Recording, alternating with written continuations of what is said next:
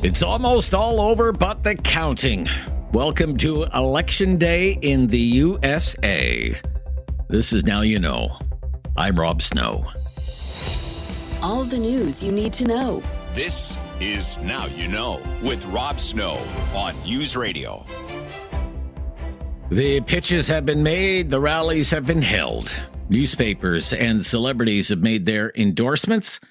And now the big day is finally here. It's Election Day in the United States with the White House on the line. Kamala Harris for the Democrats, Donald Trump again for the Republicans. And both candidates tried to make the most of their last day on the campaign trail. They both made stops in Pennsylvania, seen as one of the biggest prizes of the night, a battleground state with 19 electoral college votes up for grabs. Donald Trump held two rallies there, one in Pittsburgh, the other in Reading. In Pittsburgh, Trump talked about a conversation he had with billionaire Elon Musk about voter ID laws and how long it might take to count all the votes. Paper ballots, voter ID, 1 day voting, not 10 days where you say, oh, let's move these boxes from that room to this room because we're going to fix the air conditioning. And then the boxes never get put back, and you say, what happened to those boxes? Oh, no, 1 day voting, he said. And he said also proof of citizenship. You know, it'd be nice. Very simple. And you'll have your answer as to who won and who lost by 10 o'clock in the evening. Nobody's going to dispute. France had it, 37 million votes, and we knew who won and who lost at 9:30 in the evening. That's the time that they said. Do you know that I'm hearing that stories that they may take 12 days extra to count the ballots?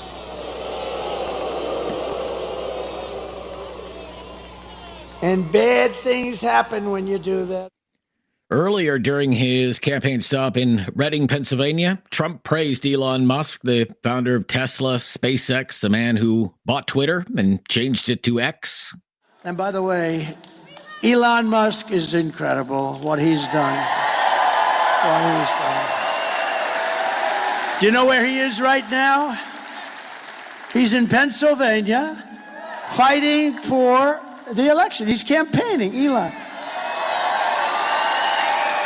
That 22-story rocket ship last week, did you see that? It's coming down. I say, oh, no, it's going to crash. Look at the gantry. It's coming too sharp. Stop it, stop it. I didn't know it was him. I figured it was him because he's so far advanced. You know? Who else could do this kind of stuff? Anyway, this thing's coming down. It's wrong angle. And then all of a sudden, I'm worried. You know, it really looked like it had the whole deal was going to collapse, the gantry. That's the thing that holds it up. So it's coming down. Then all of a sudden, wow, you know, massive flames of fire and jets and everything comes pouring in from the left and pushes it over. And then it drops gently down. And then those two big arms come out like you're hugging your baby.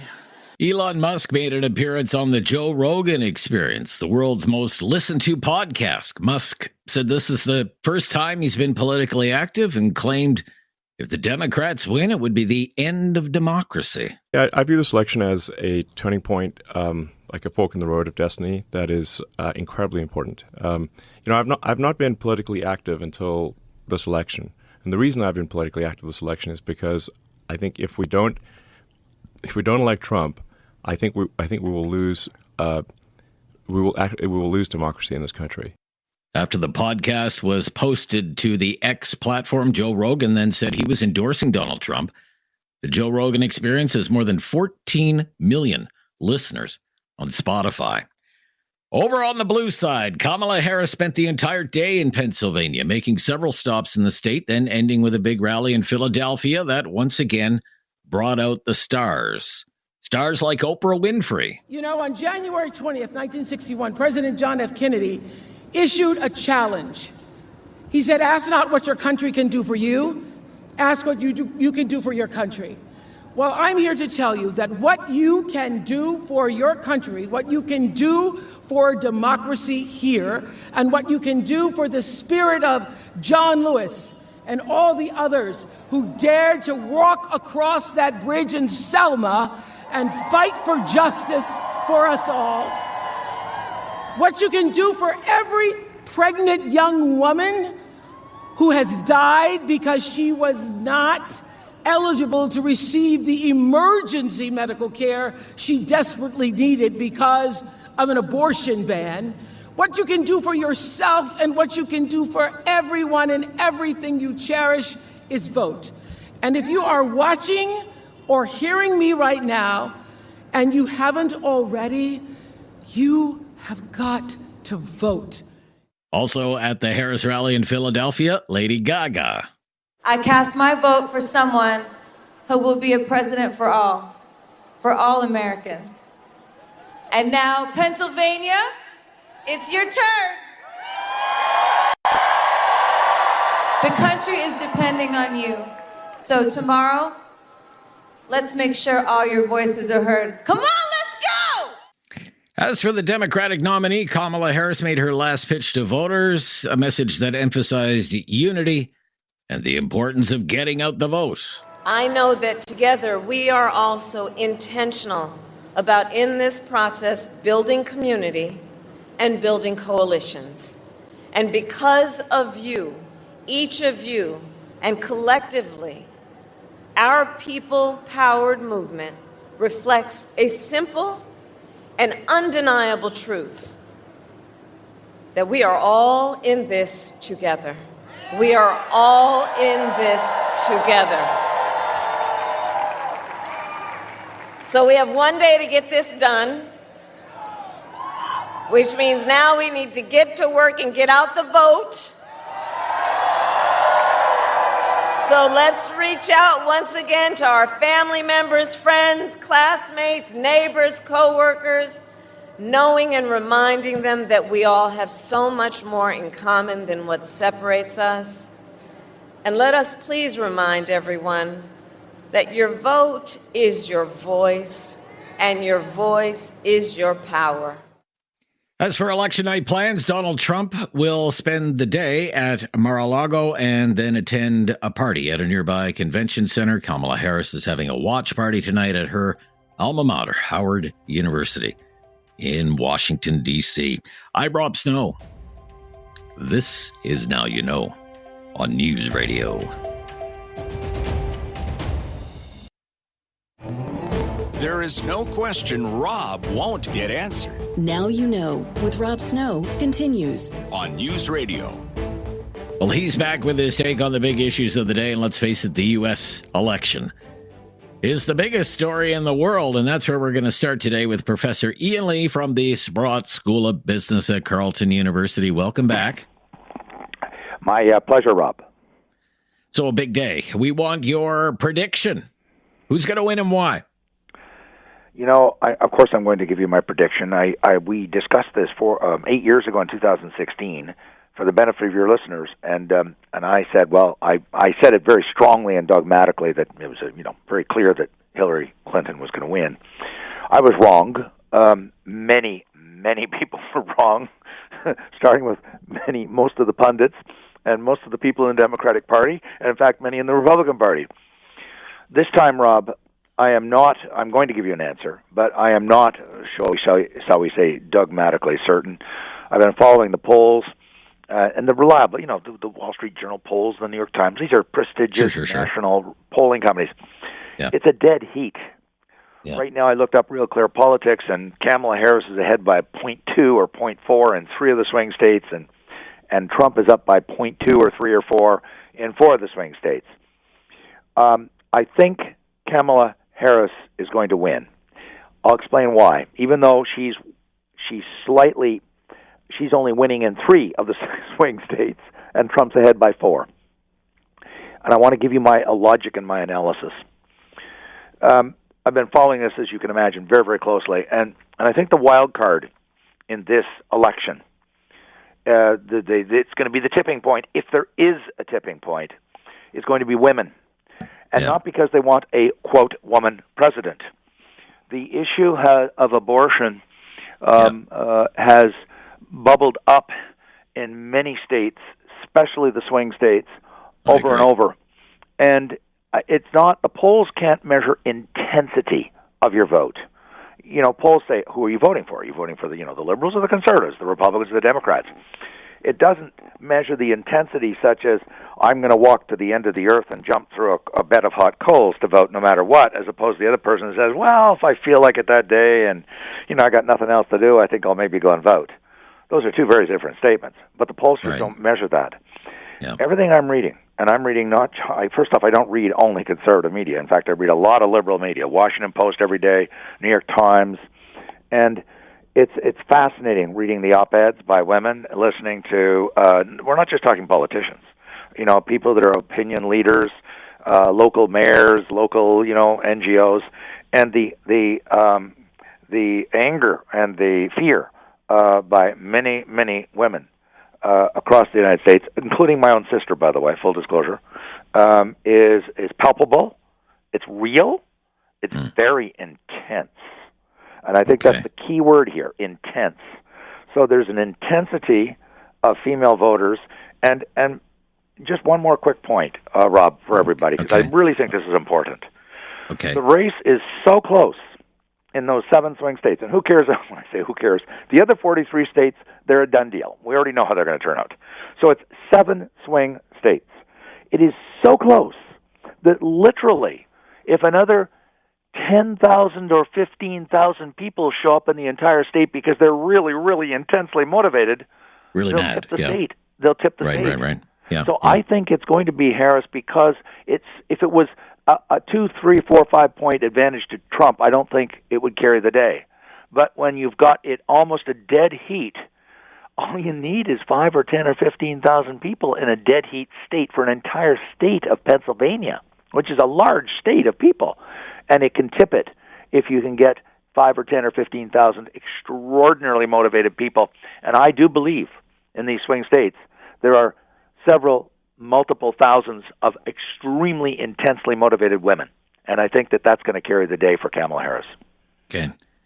Give me one big issue coming away from this election for Canada.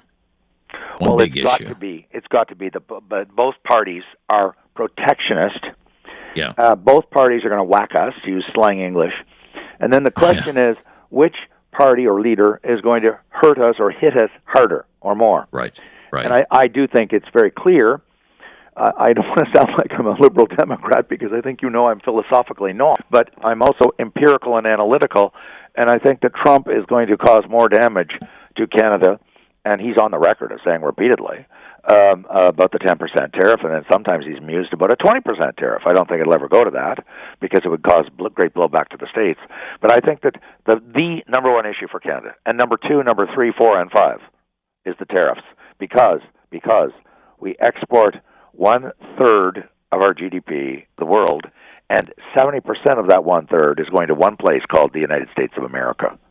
So it is absolutely, we've got to stop that. We've got to, which is why I think we've got to go to them if he tries to hit us, if he's elected.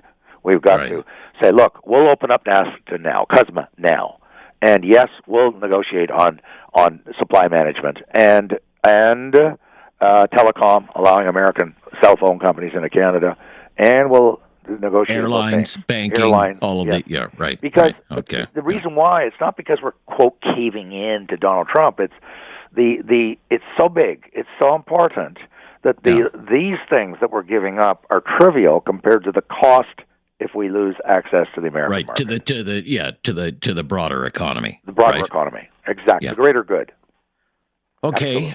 When we come back, speaking of the greater good, I must ask you. I mean, my goodness, watching the Alberta premier yesterday. I mean, she was so mad about the Trudeau government's move to impose an emissions cap on the oil and gas sector. I must have your hot take on that. Canada would be the only oil and gas producing country in the world. The government admits that to have this kind of emissions cap. So we'll talk about that when we come back with Professor Ian Lee from the Sprott School at Carleton in Ottawa. This is News Radio. You have questions. Now You Know with Rob Snow has the answers. On News Radio. Back with Professor Ian Lee from the Sprott School of Business at Carleton University. Let's talk about the Trudeau government's move to impose an emissions cap on the oil and gas sector. The Alberta Premier Danielle Smith is just livid about this. How livid? Well, let's just listen to this. Roll You tape. sound angry. Why are you emotional about this? I'm pissed. I'm absolutely angry because we've been working with these guys for 2 years because we have a plan that would reduce emissions responsibly by 2050. And they continue to act like they're working collaboratively with us. And then they come out with exactly the same policy that they put forward a year ago with no changes whatsoever. And then they're trying to mislead the public about its intent. Okay, so again, Danielle Smith, the Premier of Alberta. Even the government admits, Stephen Guilbeault said Canada would be the only oil and gas producing country in the world with an emissions cap. What do you think about this, Professor? Well, first off, it's completely wrong because the evidence for that statement is that we are the only country in the world, including the United States of America, which is led by a liberal Democratic president, Joe Biden, and the Americans have never contemplated doing this under Barack Obama, another liberal Democrat. There's no liberal president leader, major national leader that's advocating this whatsoever. And the Europeans aren't, and they're very, very progressive. So what that tells me is that it's not that there's a consensus amongst progressives or in the international environmental community for this. What it tells me is this is being driven by politics. Specifically, what we're seeing here, I think it's very, very interesting. And I've been reading a ton about Trump in the States and what is he up to, because he's never tried to grow, and there's a ton of articles out there saying he's never tried to grow his support above 47%. So what has he done? He's demonized Kamala Harris over and over and over, trying to scare everybody about Kamala Harris. Why I'm talking about that is what I think Trudeau and Guilbeault are doing is they've decided to use Alberta. And I believe that this is a form of corruption. No, it's not financial corruption. There's different types of corruption. You can have policy corruption. You can have moral corruption. Okay. They have decided to I think what they're trying to do is they're not trying to grow their base. They've already said we're not changing our policies. So what they're trying to do is really rev up their supporters on the left, the progressive hardcore, the woke, whatever you want to call them. I don't get hung up on the labels. And they're using this as their elite motif, as their primary tool. And they're going to do that to gin up support amongst their hardcore supporters, including attracting people from the Greens and the NDP, because they got to get wherever the votes they can possibly get. Right. And the then non-conservative universe, part of their campaign, that they're doing this purely for electoral reasons. He has a plan. I'm convinced he has a plan, a strategy, between now and next June. It's multifaceted, counting on interest rates coming down further, inflation continuing to drop, the economy starting to come back. And then he's going to run, and then they've got apparently a ton of negative ads about Polyev and on abortion. In fact, John and Alberta and oil and gas will be the boogeyman. And the boogeyman is going to become, for those on the who are in the middle, there are lots of people in the middle who care about the environment. He's going to gin up Alberta and the oil and gas industry as the boogeyman. And for women who are really incensed on abortion, he's got that one. So he's got a two-pronged approach. But the big one I think he's going to use is oil and gas, and he's going to show this policy as his commitment to the environment. And he doesn't care about the consequences. And if it blows up the country and blows up Confederation, blows up Western Canada, creates enormous alienation. So he just doesn't care. In that sense, we gotta go. No question goes unasked or unanswered. Now You Know with Rob Snow returns on News Radio. The Newsday Panel. Oh, what are we going to talk about today with the gang? Jordan Paquette, Senior Consultant, Blue Sky Strategy Group. How are you? Great, Rob. How you doing? Happy U.S. Election Day. Yeah. Cam Holmstrom, Principal, Eep-Away Strategies. How are you, Cam? Oh, my fingernails are down to a nub, and we're not heading full for 6 hours, so we're doing great. I know. It's going to be a late night. All right, Cam, you're the lefty. Who do you think is going to win? I don't know. Too close to call. I honestly, okay. There are good signs there for Kamala Harris, but you know what? There's just too much that's unpredictable at this point, and I'm superstitious. I'm not going to throw it out there.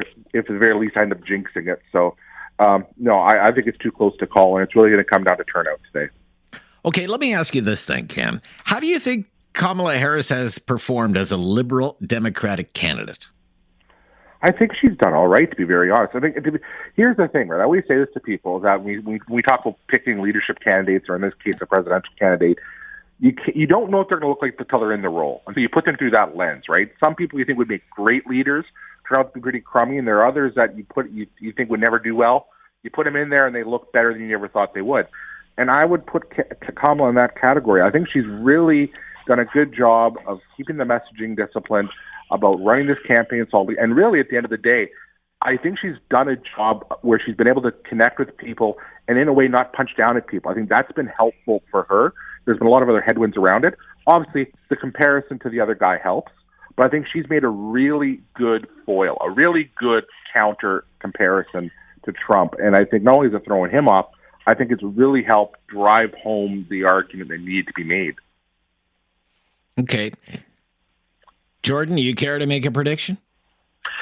Yeah, I mean, look, I think Harris is going to take the popular vote, but on the electoral map, how it all breaks down, it's looking like the consensus is that it's going to come down to Pennsylvania, and I just don't know what's going to happen. If I'm going to flip a coin, look, I think Harris might have a slightly easier path to getting to the electoral map than Trump does, just looking at kind of how things are breaking down. But at the same time, we have to remember that Trump's vote is generally quite underestimated. People might not tell a pollster, might not tell their family and friends that they're going to vote for him, but at the end of the day, when they get in the ballot box, they do. And that could be the difference in this particular case. So I think we're all going to be sitting here. I don't think we'll have a result until well after midnight, if we get anything tonight. But this is just going to be drawn out for a long, long time. I think fighting over some votes in Pennsylvania. Okay, all right. What does it mean for Canada? Why is this important to Canada? Because to me, I mean, on so many fronts, I see it as having a huge impact on Canada. Whatever happens tonight, and whoever wins the keys to the White House tonight, there are huge ramifications, huge for Canada. What do you see, Cam? Well, first off, let's just be real. If Trump wins, he's not going to challenge anything. He's going to say he won, and that'll be it. If he loses, he's going to say he won, and there's going to be instability anyway, right? Okay. So let's keep that in perspective. I think that kind of just foreshadows the problems for us, is that we've been blessed for the past 80 years to this happen to be living next door to now the world's only superpower, but largest economy, stability up the yin yang, one of the strong leader of the strongest military alliance on the planet. We've been fortunate with that. And honestly, we haven't done a good job preparing us for the day that could come where all that could go away. And honestly, that's what worries me about this moment. There would be issues if Kamala Harris gets reelected. She's not perfect for us by any stretch of the imagination. Don't let me give that picture. But Trump is so many magnitudes worse when it comes to not only his erraticness and his unpredictability about how he governs, but also just the fact that this time around, you think of all the things he tried to do last time, he got stopped from doing because of the guardrails and the people within his own administration. They've learned the lesson from last time. That won't happen. So what happens when all that goes away? It just opens us up to such instability. That's if we don't go to war with each other to begin with, right? Like, at the end of the day, none of it's good for us, and I don't think the day after this is going to be fantastic. I don't think it's going to be kumbaya across the land. But honestly, the Trump experience could be so much worse because of the fact that he's offering policies that could crash his own economy, which would take us down with it. And the geopolitical piece, like, there's just so many places where that could go wrong. Yeah, and we're not in a position to do much about it. That's the worst part of it. All right, but your overriding theme is instability, which is a very good point. Okay, Jordan, on what it means for Canada. Yeah, no, it's a great question. I think a lot of people are poring over this because at the end of the day, you have two candidates in Trump and Harris who are both quite a bit protectionist. When it comes to Kuzma negotiating, the only difference, I think, between these two, and what it means here is what we're going to be seeing on the news every night. Obviously, there'll be more chaos and just drama if Trump's there. But at the same time, the U.S. is going to be making very significant demands on trade issues. I mean, Harris voted against the last trade deal because she didn't think it protected the U.S. interest enough. So I think that is going to be in for a rough ride. I think what Canadians are going to look at is what it's going to mean more into the future is who is best to represent Canadian interests. Taking it back to domestic politics a bit, is that going to be Justin Trudeau? He's dealt with 3 different U.S. presidents. There's been many policy issues that he hasn't been able to get through that we've really started to fall behind on, whether it's softwood lumber, whether it's giving it certain concessions on CUSMA. So I think in the Canadian sense, obviously we're going to have our election after this case, and that's what's going to be poured into it, is who's going to be best to stand up for Canada's interests. But at the end of the day, as I mentioned, I don't think either of these two candidates, at least in terms of the Canadian economic sense, will be necessarily good for Canada. It just depends who we have here that's negotiating with them. All right. Interesting. When we come back, I want to turn to another fight, not the one between Democrats and Republicans in the United States, but the one between conservatives in Alberta and liberals in Ottawa. This time over an oil and gas emissions cap. I'm Rob Snow. It's our Newsday panel. It's Now You Know on News Radio.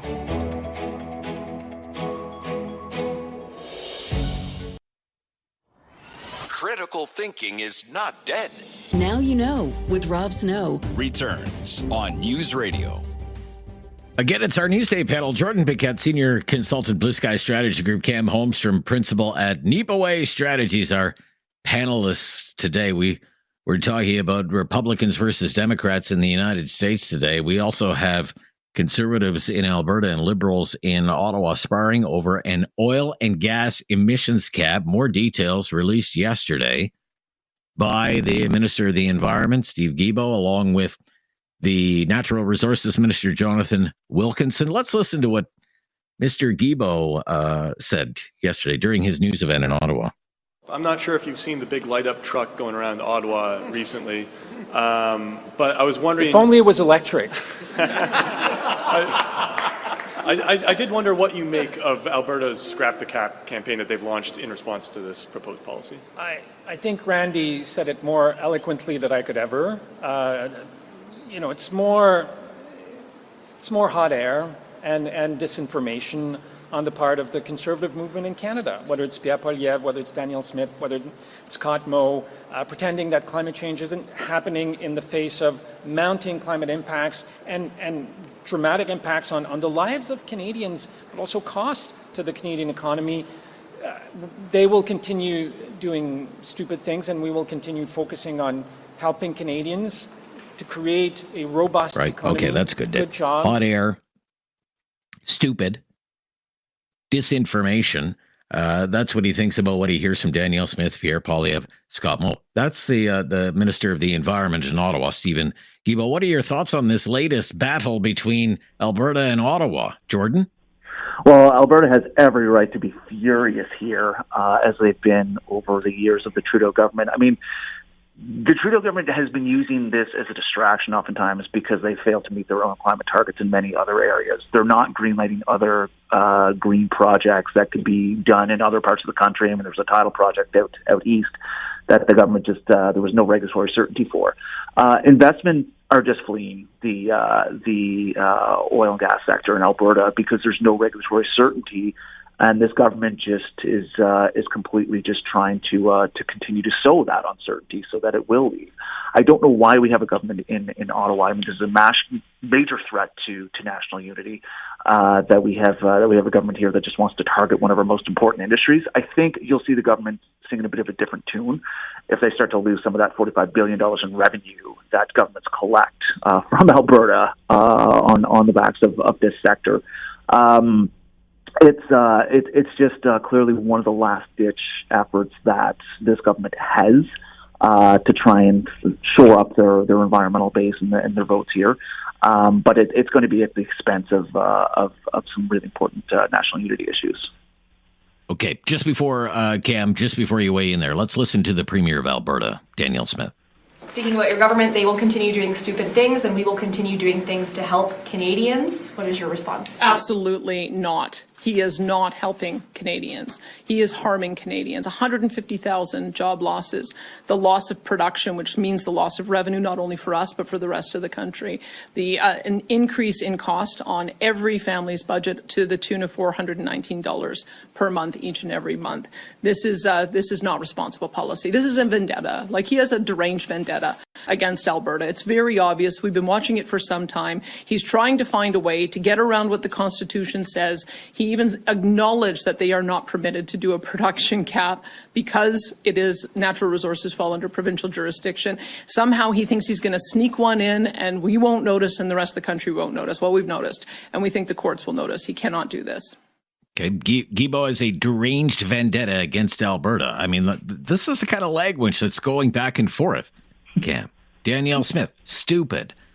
Deranged vendetta against Alberta. This is not healthy in the Federation right now. Cam. No, it's not. And I actually take issue with somebody calling one side the national unity issue when the other side literally put together an act to try to carve out more sovereignty for itself and actually try to, in part, taking inspiration from separatists in Quebec to try to, carve out more for themselves and putting national unity further at risk. So to me, I'm going to pox on all their houses on this, because to me, this is why Steven Guilbeault never should have been in cabinet, let alone in that role ever, because he showed it in his Canadian heritage. He was a terrible communicator. He made a dog's breakfast of files that he didn't know his stuff on. He couldn't communicate for worth a damn, and made things far worse. And then somehow he fails upward into environment in a portfolio where he is a true fails upward. I love that. Okay. He never should have been there. That being said, Danielle Smith is not there to try to reach consensus. That has never been her approach and never will be her approach. I wish she would change her mind on that. But, you talk about lack of investments or talk about investments in the green sector. Danielle Smith is single-handedly destroying the solar sector out in Alberta in a most crazy backwards way. And you know what? The fact of the matter is that people want solutions. With those two at the table, you're not going to get solution. Now, obviously, Danielle Smith's not going anywhere. She's leading that province. Justin Trudeau, on the other hand, could have said, Stephen, sit this out. Jonathan Wilkinson, you're from the West. You're born and raised in Saskatchewan. You actually did a better job on this before. Why don't you handle this? Let's find a middle path forward. Try to find a way forward, because guess what? As much as I support the oil and gas sector, when it comes to fighting our emissions, they do have to do their part too. And to point that out doesn't mean you're out to try to destroy jobs or anything else. This is a heavy lift for everybody, and everyone has to play their part. But in order to do it, you need to go get around a table and have an adult conversation. And none of that back and forth you heard up there is what I would call adult. Okay, when we come back, Liberals attack. They've launched some attack ads, the Liberal Party, against Pierre Poilievre. They're promoting things like the healthcare system, improvements to the healthcare system, have you noticed? And affordability. That's the theme of their latest ad, affordability. We're making life more affordable for Canadians. We'll talk about these ads when we come back. I'm Rob Snow. This is News Radio. Now you know with Rob Snow continues on News Radio. Let's talk about Liberals fighting back against Pierre Poilievre, trying to narrow that 20-point gap in the polls. So the Liberals have now released at least two online ads. The first was about health care. Didn't get a lot of rave reviews from the people that I've spoken with. The second ad was about affordability, and we have it. Let's listen to it.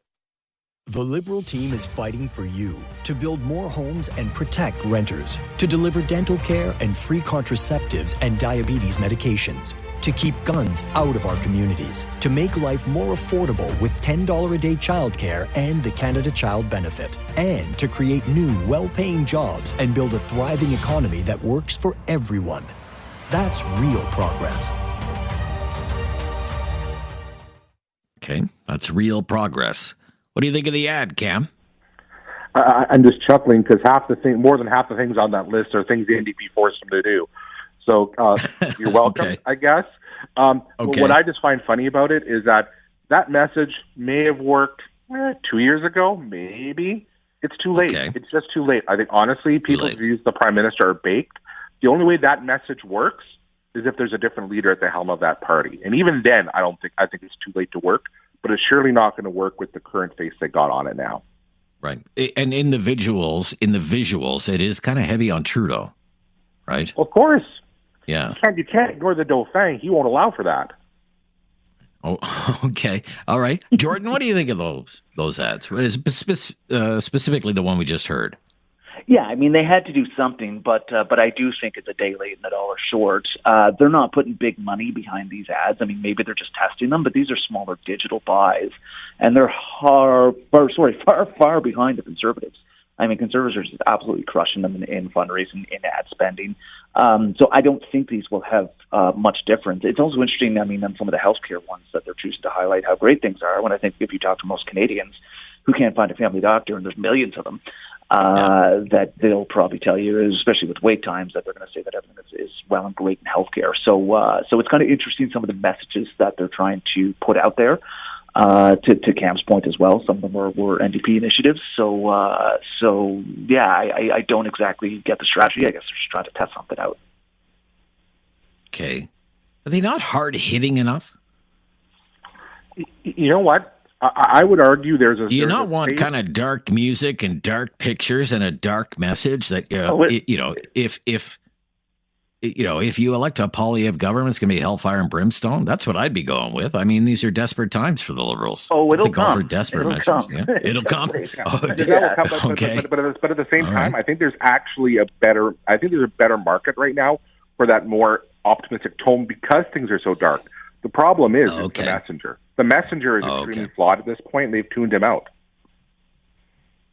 Yeah, and they're starting to test things out now. I mean, you had Adam Van Koeverden out calling Pierre Poilievre a threat to democracy the other day. I mean, that's true enough. They're starting to bring in these U.S.-style kind of attack ads. I think Adam Van Koeverden should be worried about Democratic threats because he's likely going to lose his own seat. I'd be worried about Milton if I was him. Absolutely. Just like Sean Fraser. I mean, people are talking about Sean Fraser as the next Liberal leader. I think Sean Fraser should be trying to protect the furniture in Central Nova right now. Right? Yeah, absolutely. Yeah. No, and there's tons of others Liberal strongholds across the country. Just look at the by-elections that happened. These, especially in Montreal. This was in their backyard, and they're losing exactly. Yeah, in Montreal. Okay. I'm taking an afternoon nap. You guys taking an afternoon nap? Going to be a late night. Too much work to do, Rob. Too much work to do. Okay. But if I get the chance, you better believe I'm trying to sneak one in. All right, catch a few Z's. Yeah. Going to be a late night watching those results come in the United States. Thanks to the both of you. We'll speak soon. Bye-bye. Stop. That's the Newsday panel. Talk back. Coming up. Election day in the USA. Talking about that again today on Talkback. Right after the news. It's time to talk back.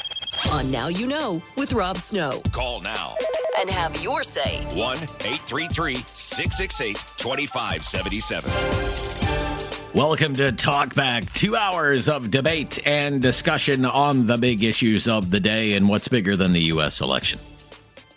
Yes, it's here. The big day is finally here. U.S. presidential election day in the United States. So I hope you have one more showing you about this.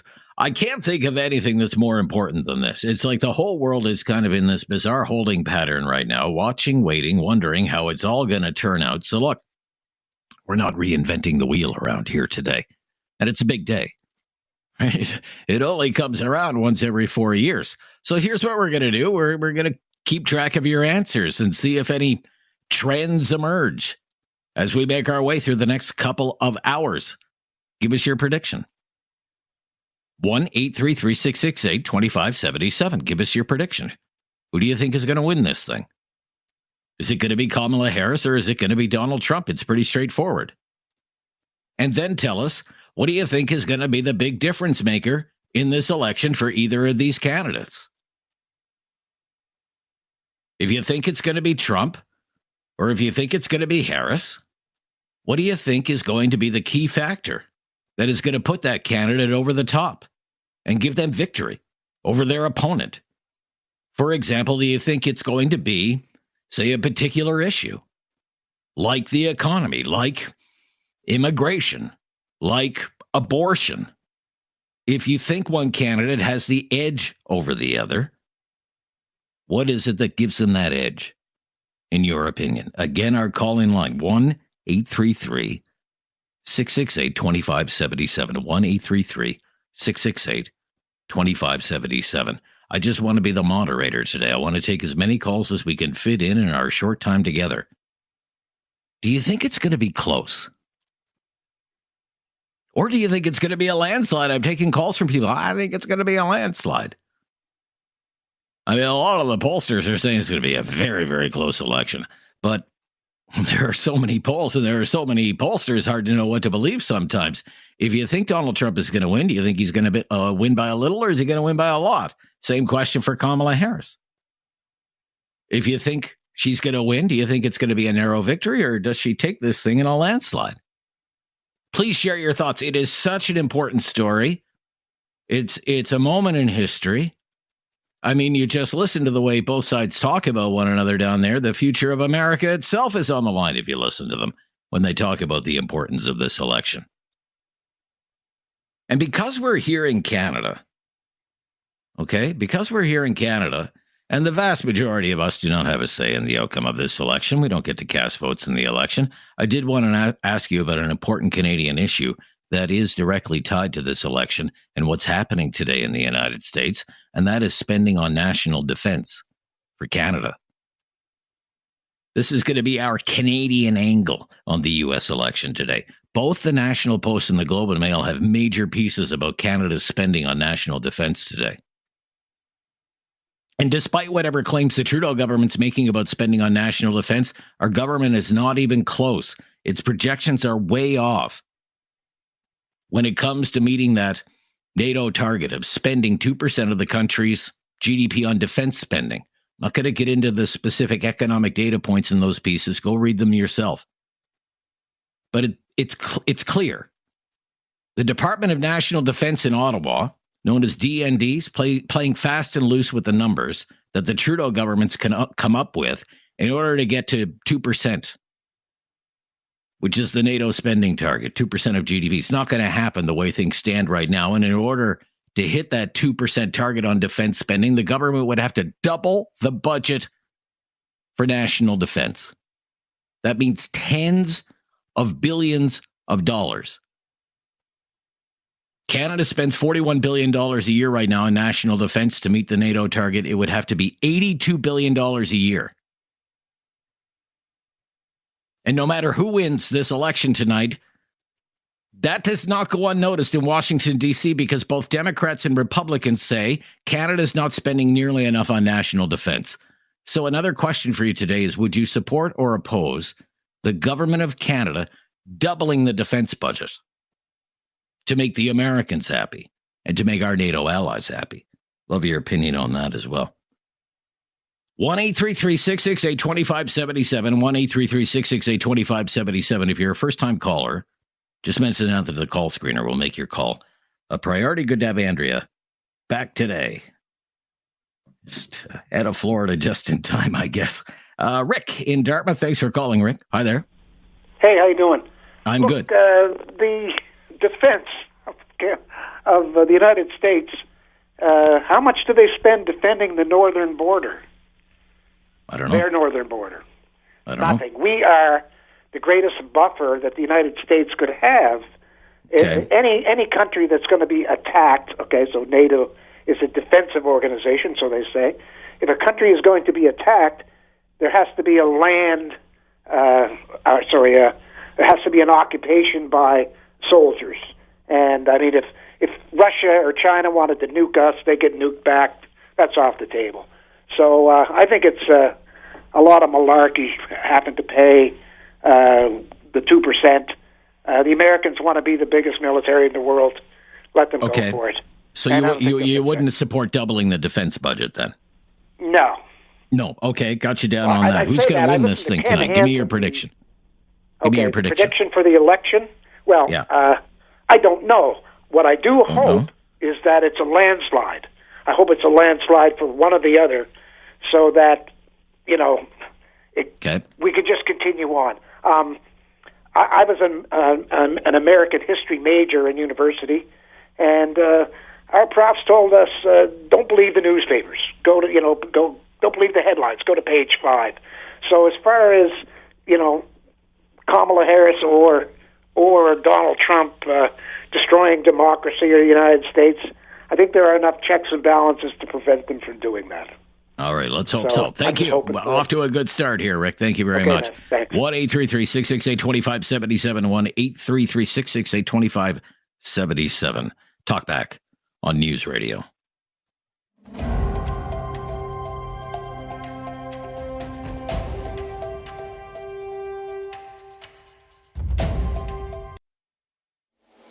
Have something on your mind you want everyone to know? Call now. Hello. 1-833-668-2577. It's Talk Back on Now You Know with Rob Snow. Election day in the United States. Give us your prediction. Who's going to win this thing? Kurt in Calgary. Hi, Kurt. Hi, how are you? I'm good, Kurt. Thanks for calling. Yeah. Canada's not spending 2% of GDP. That's never going to happen. Never going to happen.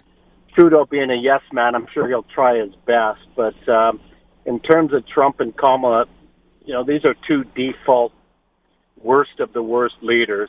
And it's hard to believe that this is the best the U.S. has to offer. Okay.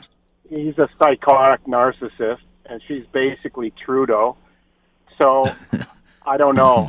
I think what's going to happen is a lot of people are going to pretend they're voting for Kamala, and they're going to vote for Trump, which would be a disaster for Canada and a disaster for the rest of the world. But I think Kamala Harris is the safe choice just by default. And whoever wins this, and I don't think it's going to be great for Canada. I just don't think so whatsoever. Okay. So you don't want to make a prediction, Run? Too close to call? It's going to be closer than people think, but okay. I think people are smart enough to not have Trump in power. The guy's all right. Nutball. So you say we're never going to hit this 2% target for national defense. Do you think we should? No. I mean, this sounds terrible. Okay. But we're going to lean on the U.S. In terms of defense artillery whenever that time comes. And Calgary's in such a disaster after Trudeau's spending that we're going to have to go a different direction in terms of cleaning up this country. And I don't think it's going to defense. It's not a priority. Right. Yeah, I gotcha. I am. I'm not far off where you are. Okay, thank you, Kurt. Matt, you're on the air, Matt. Hi, Matt. Hello. Hi, Matt. What do you think is going to happen? Well, I think Kamala is probably going to inch it out. Okay. Because your last caller pretty much had all the points I had. Okay. I think she's a safer choice. I think Trump would be the better choice for the U.S. and the U.S. alone, but he'd be the worst choice for the rest of the world. Like all of his constant, you're not making this 2% NATO budget. We're gonna drop out of NATO kind of thing, or we're not going to defend you. Well, that would be the dumbest thing I could ever think of a U.S. president ever saying. Is that, like he said, Canada is the only buffer they have to the north. Well, if Russia or China invades us, where do you think they're going to go?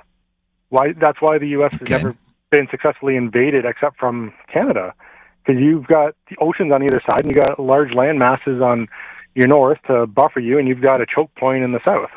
Okay. Both Republicans and Democrats view us as laggards on defense spending.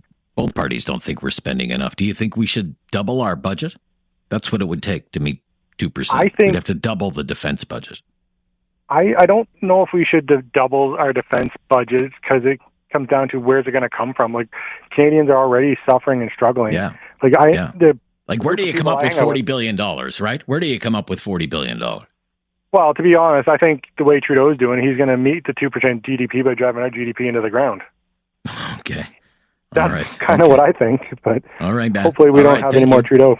Gotcha. Harris in a close one. Matt says, John in Halifax. You're on the air, John. What do you think is going to happen, John? Go ahead. Hello, John. John going once, John going twice. I don't think we have John. Let's go to Tim in Halifax. Hello, Tim. Hey, how's it going? It goes, sir. What do you think is going to happen tonight? Well, for starters, I think that we've got bigger problems than to worry about the American election. I can understand. Everybody thought the world was going to end last time Trump was voted in. Honestly, I agree with most people. Neither one of them should be running the country. Tulsi Gabbard was a much better choice for running their country than it is. Trudeau's running our country into the ground anyways.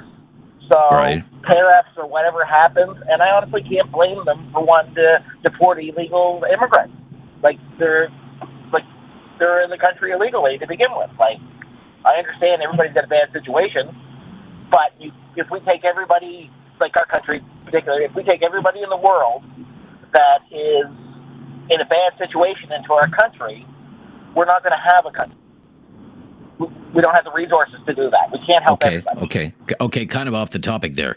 Do you want to make a prediction? You want to hazard a guess? Because that was one of his points that he was saying that was announced on the radio about deportation and stuff like that. Yeah, mass deportations. Yeah. I think that Trump's going to squeak it out. And as far as the 2% GDP. Yeah. Everybody that's called in so far and said we shouldn't do it is absolutely deplorable. Our country... Deplorable, okay. Deplorable. That's absolutely heinous. With the foreign interference we've been facing, India, China, we sent troops over to Afghanistan, I remember clearly. They had camouflage for Canada. They were over fighting desert warfare. You really don't think that the men and women that are putting their lives on the line deserve better? It baffles me. I'm just asking the question, sir. I'm just asking the question because that's what it would take. We're spending $40 billion a year now. You'd have to spend $80 billion. And a lot of people will say, well, what about healthcare? Or what about education? Or what about people sleeping in homeless encampments? Or what about people going to food banks? Or. What about, pensions? Or what, take your pick, right? I understand. Those are all valid points. But right now, we have Canadian Armed Forces members that are homeless as well. Yes, sir. Yes, good point. That's on the news, too. What kind of country would we have if we didn't have a defense and the U.S., say, tomorrow decided we're not protecting Canada anymore? All right. What would we Thank have? you. We wouldn't have health care. We wouldn't have. And as far as where the money would come from, political expense accounts. I worked out west as a tradesman, and I had to fly back and forth, spent $17,000 one year on flights. I didn't get to write off a single flight. Let those guys get to write off everything they do. Well, I don't know. That's a lot of flights. $40 billion worth of flights. How many flights are you talking about? Okay, I got you down. Thank you for your call. I appreciate it. We're very busy today. I want to take a lot of calls. So maybe we won't talk for as long as we used to. Just for today. 1-833-668-2577. Talk back on News Radio. Something on your mind you want everyone to know? Call now. Hello. 1-833-668-2577. It's Talk Back on Now You Know with Rob Snow. Call your shot. Who's winning this thing? Election day in the United States. John, back with us in Halifax. John, thanks for calling us back, John. Hi there. No, John's got his radio on. I think that's it for John, I'm afraid. Too bad. No way. Eric in Cole Harbor. Eric. Hi there, Eric. Hey, how you doing, Rob? Okay, I'm good, Eric. Thank you. First of all, I think Harris is going to win. I base that, my personal choice is Trump. I think Harris is going to win just based on the fact that there's this gentleman that in 2016 said Trump was going to win and he won. He said he was going to lose in 2020 and he lost. And he's saying that Harris is going to win in 2024. He's been very accurate to some kind of mathematical Yes, I know the guy you're talking about. Yeah. Right. So I based it on that. The second thing is I think the military budget should be doubled. I served in the military. You do support that? Okay. All right. I do support that. I'll give you one reason why, and then I'll let you go. On one of your media outlets, it said that if there were more Hamas supporters in Canada, and I have no data on this, I'm just saying what I heard. And so it's just here to say there's more Hamas supporters in Canada than there is military and police. Just take time to think about that. If we had that type of internal strife or civil unrest that we have in Ireland or England or Germany or France, I don't think we have the capability of handling it. So with that, I have fun watching the election. All right, Eric. Enjoy the show tonight. Thank you. 1-833-668-2577. Robert in Calgary. Hello, Robert. Hello. Hi, Robert. Hi. I am hopeful that Harris will win this, but I think we might have a clue in one particular state. Okay. If you watch the result in Ohio tonight, there was a poll about a week ago where Ohio suddenly went from about 7-8 points in favor of Trump to 2 or 3 points in favor of Harris. If that poll is accurate, and we don't know for sure, it means it'll speak dramatically to the women's vote. And that's a solidly Republican state. And the current results that they're projecting for Trump, that Trump state is already projected into Trump. Right, I believe it has 17 electoral college votes. So if Harris takes it, you take 17 away from Trump and add them to Harris. Some of the other battleground states become less important. But are you talking about an Ohio poll, or are you talking about the Iowa poll? Because the one Iowa, and the Des Moines Register, because that was the shock poll, right? Yeah. If that holds, whatever's happening there will happen elsewhere. I mean, if it's one detected this trend in Iowa, then this will be happening in other states. If that holds, then it'll be a Harris landslide. She will win states that are projected to her. The question is, does that poll have any validity? And we don't really know yet. Well, a very respected pollster for the Des Moines Register with that Iowa poll. Yeah, very interesting. I think you've keyed into something that's quite interesting there, that Iowa poll. Thank you, because that was supposed to be solid red, and now people are questioning whether that really is solid red. All right, be right back. Couple of lines there. 1-833-668-2577. Election Day in the USA.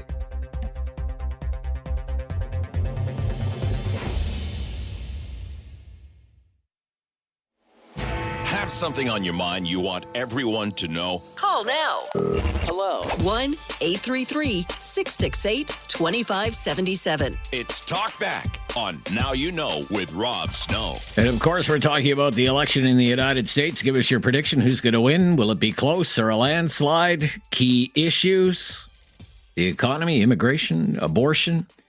No matter who wins this election in the United States, Canada's going to be under a lot of pressure to increase spending on defense, national defense, in order to hit that 2% NATO spending target. That's according to reports today. Canada would need to double the budget for national defense from $40 billion to $80 billion a year. So as a side question, I want to know, would you support a doubling of the budget for national defense? 1-833-668-2577.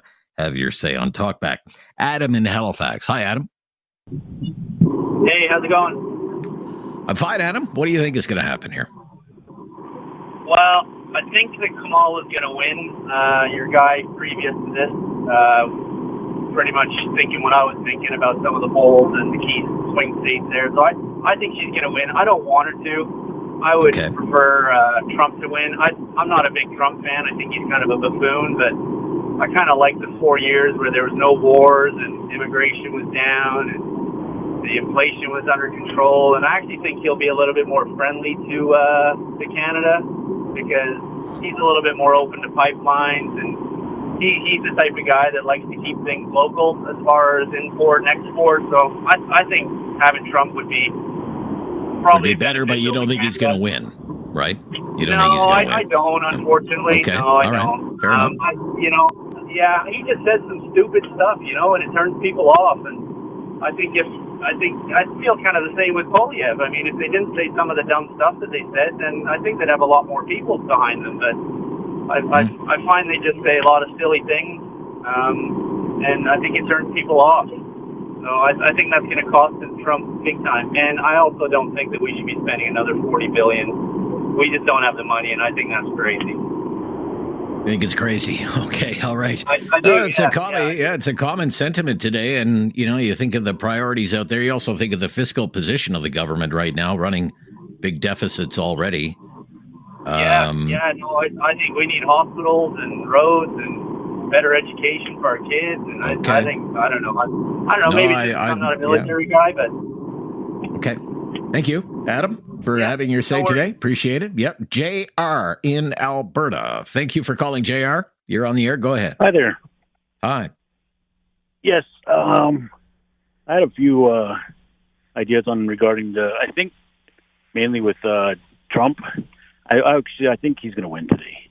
Reason why is that I think Americans are tired of living under increased inflation, the running rampant of immigration, of legal immigrants coming into the U.S., of allowing different gangs within setting up on. Actually, if you check with a lot of First Nations in the United States, they're becoming over rampant with a lot of fentanyl, and it's becoming a pandemic in regards to the number of overdoses, and that's going to leak into Canada. So that's where my beliefs are, is that if Trump is able to stop all that, I know that that could actually benefit with First Nations right across the, not only within the U.S., but within Canada as well. Because, like I said, we were dealing with a lot of pandemic with the overdoses from fentanyl and opiate use. Okay, very interesting, JR. Very interesting outlook there. What do you think about this idea of doubling the budget for national defense? What do you think about that in Canada? Well, actually, I was a U.S. Marine. I joined. Well, you were? Okay. Yeah, I'm a Canadian citizen, but I'm First Nations as well. That's the reason why my beliefs on the First Nations is that, like I said, I was able to join the U.S. Marines. I did my 8 years. I got my honorable discharge. And the thing about it was, I made an active choice. It was either going to become Canadian or U.S. military. I decided to join the best, and it was the U.S. Marines, because the spending on the budget, even though the Marines are kind of at the low end of the totem pole of their spending for their military, but that's way better than what the Canadian Armed Forces have done for our members here. I have one of my cousins who was in Patricia's Light Infantry Unit, and they went to Afghanistan in green utilities, or like green camis, they call it, and camouflage uniforms. Yes. And it's a desert environment. Why would you send somebody into a desert environment with green camouflage? And not only recently, they just, after 21 years, have decided to unveil a new camouflage available for the Canadian Armed Forces. 21 years, like I said, since this whole thing started with 9/11, ending up with us going to Iraq and Afghanistan. But it took the Canadian military 21 years after realizing, hey, maybe we should do some green camis. I'm like, the spending alone, like I said, that's pretty ridiculous, sending our military into these environments. And so what do you think about this idea? Spend more on defense, like a lot more? Oh, yeah, definitely. Like we said, we need to, with the increase with North Korea, with their nuclear weapons race, and along with China, partnering up with the USSR, like Russia, and they're right. They're our neighbors just on the other side. Like they're neighbors to the north. And like I said, when we got them that close, when we have the Russian border that close to us, we need to do something. We need to protect ourselves. They allowed Chinese air, was it that balloon that came across the United States? That the Chinese the spy balloon. Yeah. And okay. All right, JR. About it. Yeah. Okay. Thank you, JR. Yep. I got to run. Thank you. Let's take one more. Jim, Black Falls. Jim. Hello, Jim. Hello. Hi, Jim. What do you think is going to happen with the election? I'm good, Jim. Thanks. Up until July, I thought that Kamala was going to be the winner.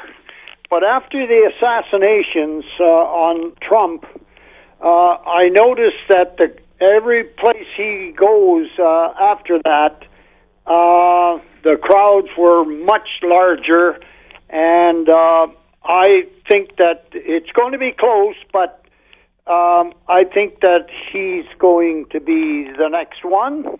Okay. And as far as the defense, it's a scam. It's a sham. It's everything. Okay. I've spent 23 years in the armed forces, and if you go through the liberal prime ministers over the years, Chrétien and Pierre Trudeau, and now this guy. They don't like the armed forces or defense, and we got nothing. If Russia is building up in the north, and so is Russia, if something happens there and they want to take some land, well, in the summertime they'll use bicycles, and in the winter it'll be skidoos. That's about what they got left. I see. Okay. We will. You mean that'll be all we have left? Yeah. Okay. 30 years. Prime Minister Harper got the F-35s all in to go, and it could have been here by now. And Trudeau come in, cut off that deal. Yes, he did. Yeah. A year ago, he's back on now with the F-35s, and that'll be another 7 or 8 years before they can get them. 2 years before the first one gets here, 2026. Yeah, and our allies are already flying them, of course, Jim. Thank you for your call. Well, they're hoping that the United States will protect us. All right. Gotta go. Thank you. Much more of your calls ahead. Some free lines available, so the wait won't be too long. If you give us a call now, 1-833-668-2577 on Election Day in the United States. Who's got this thing? Give us a call. 1-833-668-2577. News Radio. Have something on your mind you want everyone to know? Call now. Hello. 1-833-668-2577. It's Talk Back on Now You Know with Rob Snow. Election day in the USA. Give us your prediction. Who's gonna win this one? Will it be close? Will it be a landslide? What's that key issue that puts that candidate over the top? Is it the economy? Is it immigration?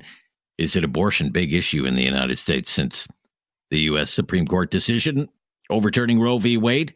And look, no matter who wins, Canada is going to be under a lot of pressure to increase our spending on national defense. I'm talking from $40 billion a year to $80 billion a year in order to meet that NATO spending target.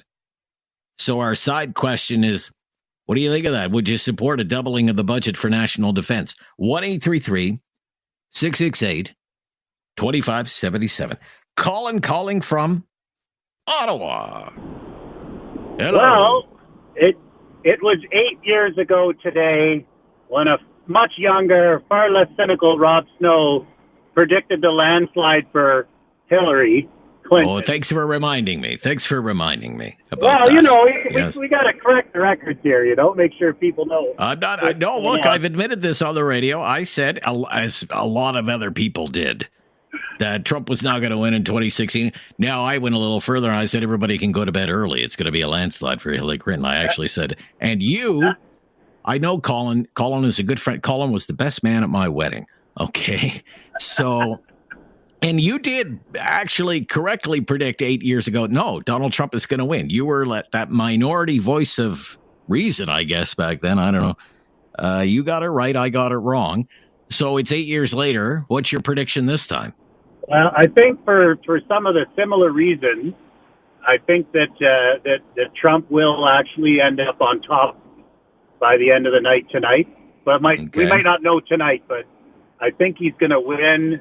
I think the economy and the inflation is just too much. There's a lot of people in the U.S. that when they poll them, they just don't want to say it. They're sitting back. Yeah. Silent Trump supporters. In 2016, they were calling them leaners. Where they would lean in and quietly say, "I'm going to vote for Trump." I'm going to vote for Trump. Yeah. But so I think that's probably what we're going to see tonight. That he's underpolling. That maybe it's not as close as it is, or if it is really close, he's actually underperforming in the polls. The polls are not a reflection of his true popularity, I think. I believe that is what's happening in this situation. Interesting. What do you think about this idea? Let's double the defense budget. Well, look, we're part of NATO. We're part of an international alliance. that has a goal of, I think it's 2% of GDP, to defend democracy and our allies around the world, and have them defend us if ever need be. So I think we should be working as hard as we can to get to that level. All right, but people are going to say, look, what about healthcare? What about education? What about affordable housing? What about pensions or OAS or take your pick, right? Absolutely. I mean, governing and being in government is about priorities, right? Certain governments have priorities, and other governments will have different priorities. But I think if you're going to be part of an organization, and you should at least strive to meet the goal of the minimum standard. All right. Take a nap this afternoon when you get home, buddy. It's going to be a late night. All right. I'll talk to you later. Thanks. Bye-bye. Yeah. Isn't that something? I love it when one of my good friends, the best man at my wedding, calls in to remind me how wrong I was on U.S. politics 8 years ago. Well, somebody had to do it. 1-833. Yeah, I guess so. Yeah. Thanks for rubbing it in, Dave. 1-833-668-2577. It's Talk Back. Be right back. More of your calls, and 2 lines available there for you. Why don't you grab one and join the conversation here on News Radio.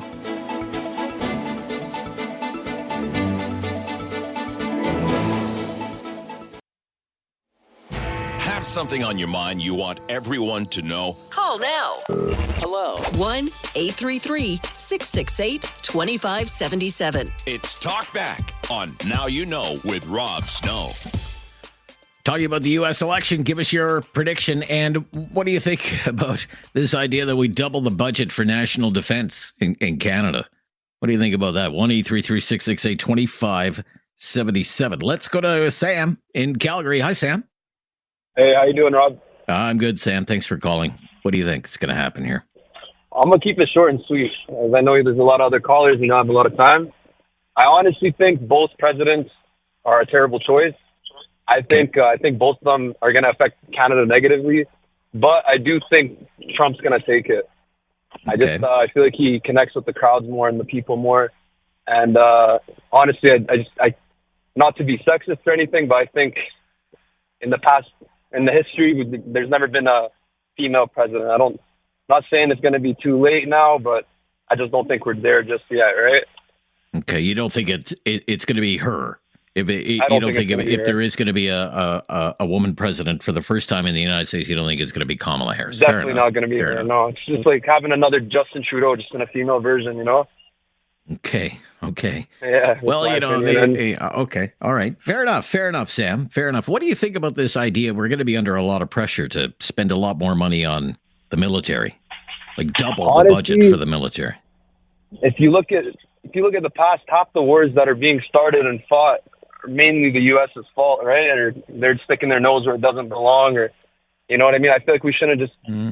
We're always being dragged into their politics and their problems, and they're always putting their nose where it just doesn't belong. I feel like we should use that. It wasn't the United States that invaded Ukraine. Well, why did we have to get involved? It wasn't the United States that launched a terrible terrorist attack against Israel, for example. Well, Israel and Palestine have been going at it for years and years, right? And sure, where do you start? Who's right and who's wrong? It's my land. It's the same thing going on in Russia and Ukraine that it is pretty much going on in Israel and Palestine. It's just different headlines. In my opinion, you know what I mean? They're both. It's just land, and it's whoever wants the most land, right? And who has the most power to take it. In my opinion, I think, if we can all just put our differences aside and all live together in harmony, we're all good to go, right? But if everybody wants a little bit more than the next person, I want this much land. I want that. You know what I mean? But $40 billion is a lot of money that we can use. Like, you got to think about it. Like you said, that can be spent in all kinds of places: education, the healthcare system. Oh yeah. You know what I mean? Like, you go to the hospital, you're waiting 15 hours. Oh, exactly. You're waiting 15 hours in the emergency room for whatever reason. Your housing is insane. Like, I'm trying to buy a home and I just can't. It's not possible right now. The pricing is doubled, right? So there's nothing you can do there. I feel like that $40 billion can be used much more effectively to help us at home rather than people over on the other side of the border, right? Okay. Good points all around, Sam. And I thank you for contributing to the conversation today. Vasco in Calgary, Brian in Halifax. Not going to bring you on the line right now, because if you do, you'd have less than a minute. I mean, like the 20 seconds to make your point. You deserve more time than that, even though we're kind of keeping our conversation short today as we talk about Election Day in the United States. Care to make a prediction? Who's walking away with this thing by the time it's all said and done? It's going to be close. Going to be a landslide. What's the big issue? And defense spending in Canada as well. The Americans would love it if we spent a lot more, doubled our budget for national defense. What would you think of that? 1-833-668-2577. 1 hour down, 1 to go. Join the conversation on Talkback here on News Radio.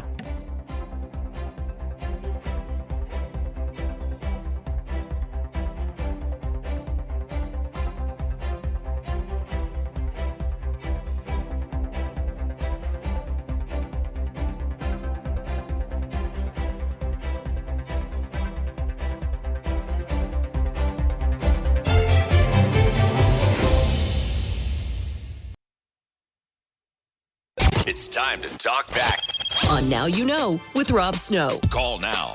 And have your say. 1-833-668-2577. Well, it's the biggest story in the world, this election in the United States, U.S. presidential election day, and races up and down the ticket, of course. What is your prediction? Who is going to win when it's all said and done? Is it going to be close? Is it going to be a landslide? What are the key issues here? The economy, immigration, abortion. What is it? No matter who wins the election in the United States, Canada is going to be under immense pressure in the coming years to increase spending on national defense, to hit 2% NATO spending targets. Canada would need to double the budget for national defense to do that. The government would have to go from spending a little more than $40 billion a year on national defense to spending more than $80 billion a year on national defense. As a side question we've been asking, would you support that, a doubling of the budget for national defense?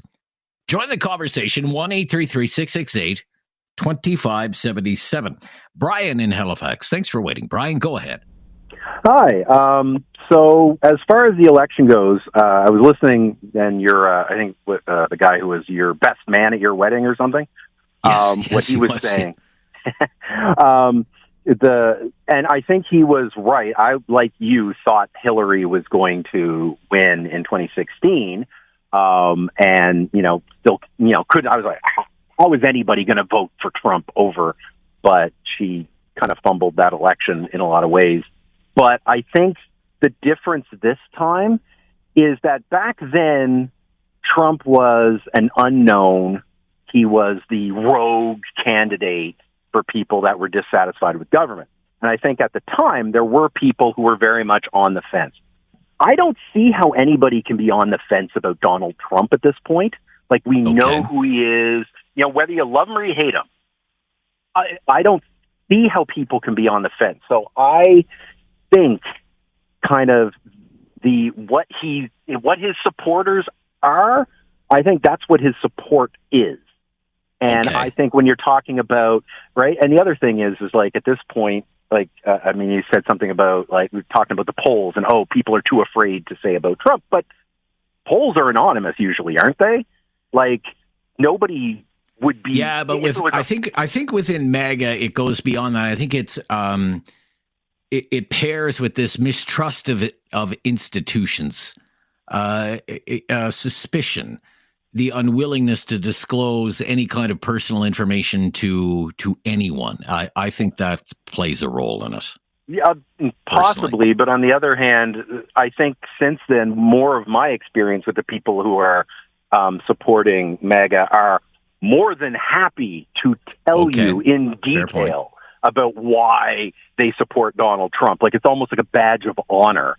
So I think when you look at the polls, there was a lot of undecideds. Mm-hmm. I don't see those people going to Trump. I can't see it, right? Mm-hmm. Like, I can't see somebody being undecided at this point about Trump. So the undecided part, I really do think, is whether am I going to vote for Harris or am I going to stay home? I don't think there's a lot of I might vote for Trump. I don't know. I just can't see that. But, I was wrong back in 2016. For the love of God, I hope I'm not wrong this time. Okay. But I like this idea that Trump was the outsider, politically at least an unknown. A lot of people upset with, say, what I would call the status quo. Here comes this disruptor who you watched fire people on television, and there was this sentiment, let's blow it up or let's burn it down. And maybe 8 years later, a lot of people have been there, done that, got the T-shirt kind of thing. Don't want to do that again. Yes. Yeah. As far as the budget and the defense spending, I'm not 100% certain, especially right away, how the U.S. is going to get on us for defense spending. I know that's been a big thing, but I think Harris would be smart enough to know, and people in her administration, because obviously a lot of people think, it's always the president. He's got people around him and other people that advise him or her.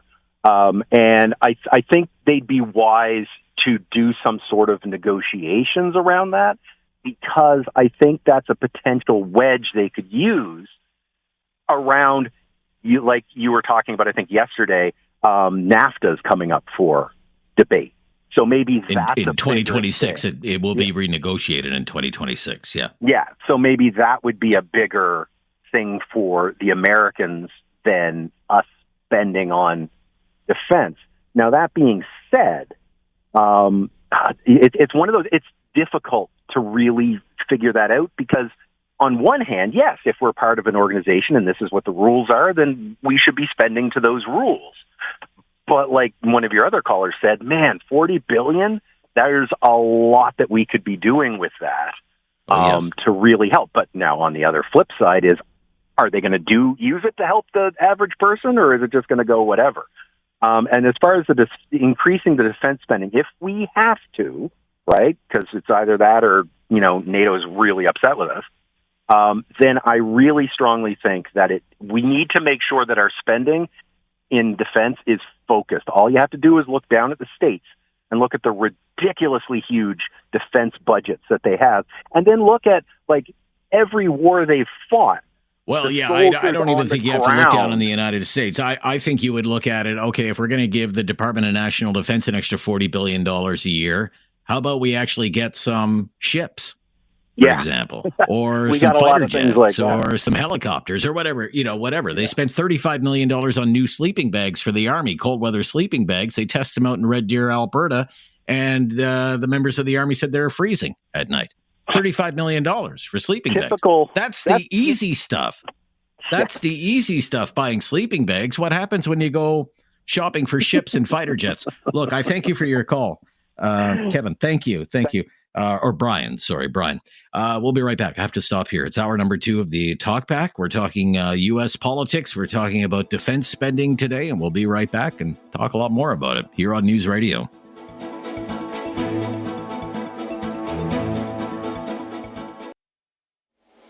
Have something on your mind you want everyone to know? Call now.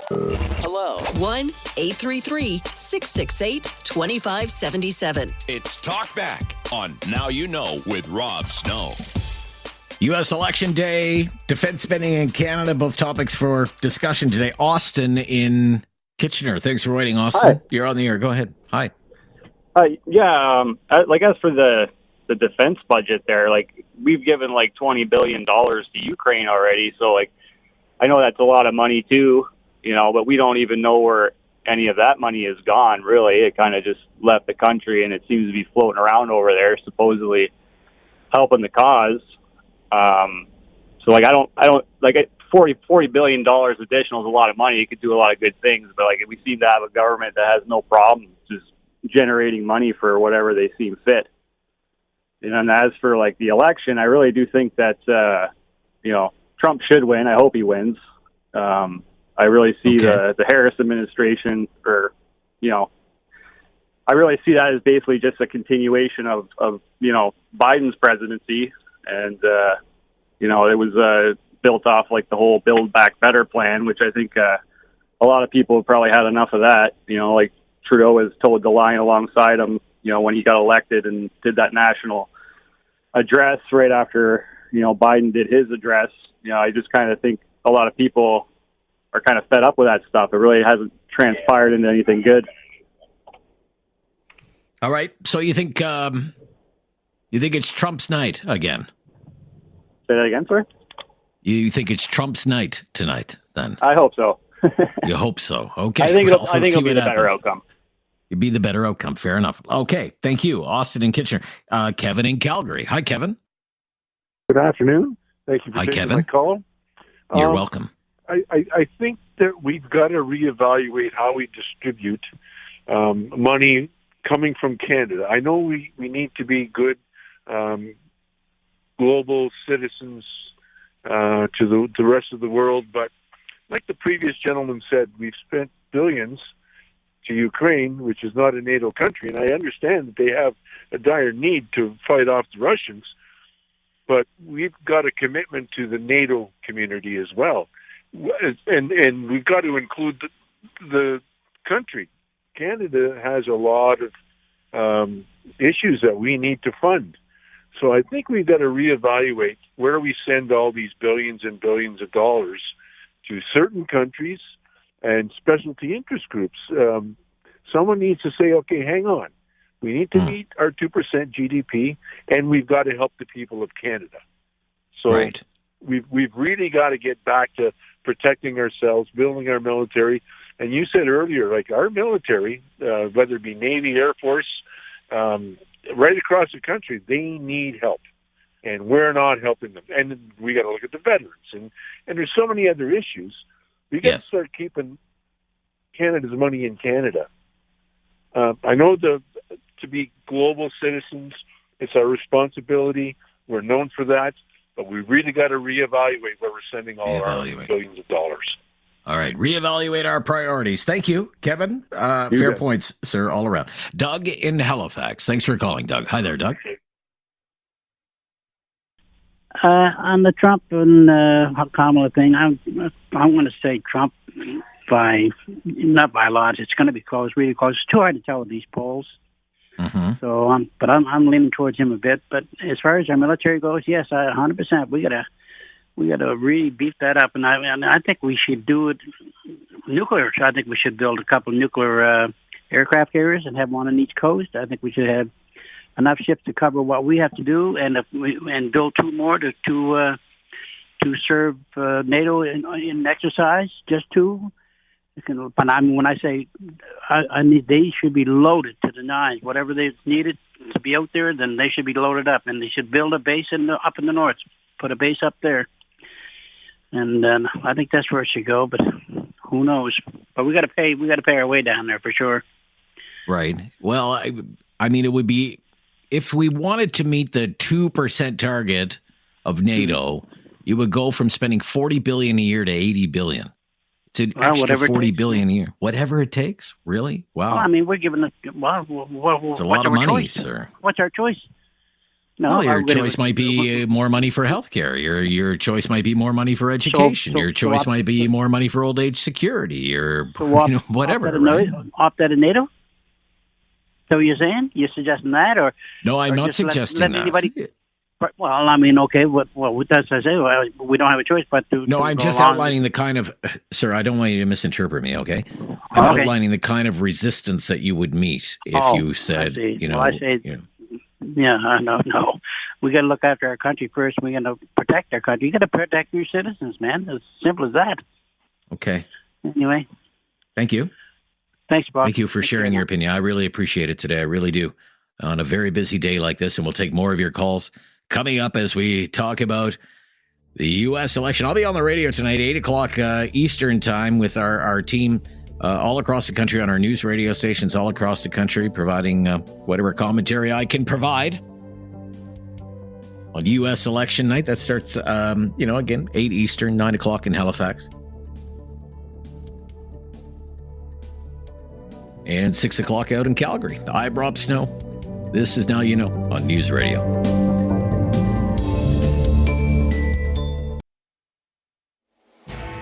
something on your mind you want everyone to know? Call now.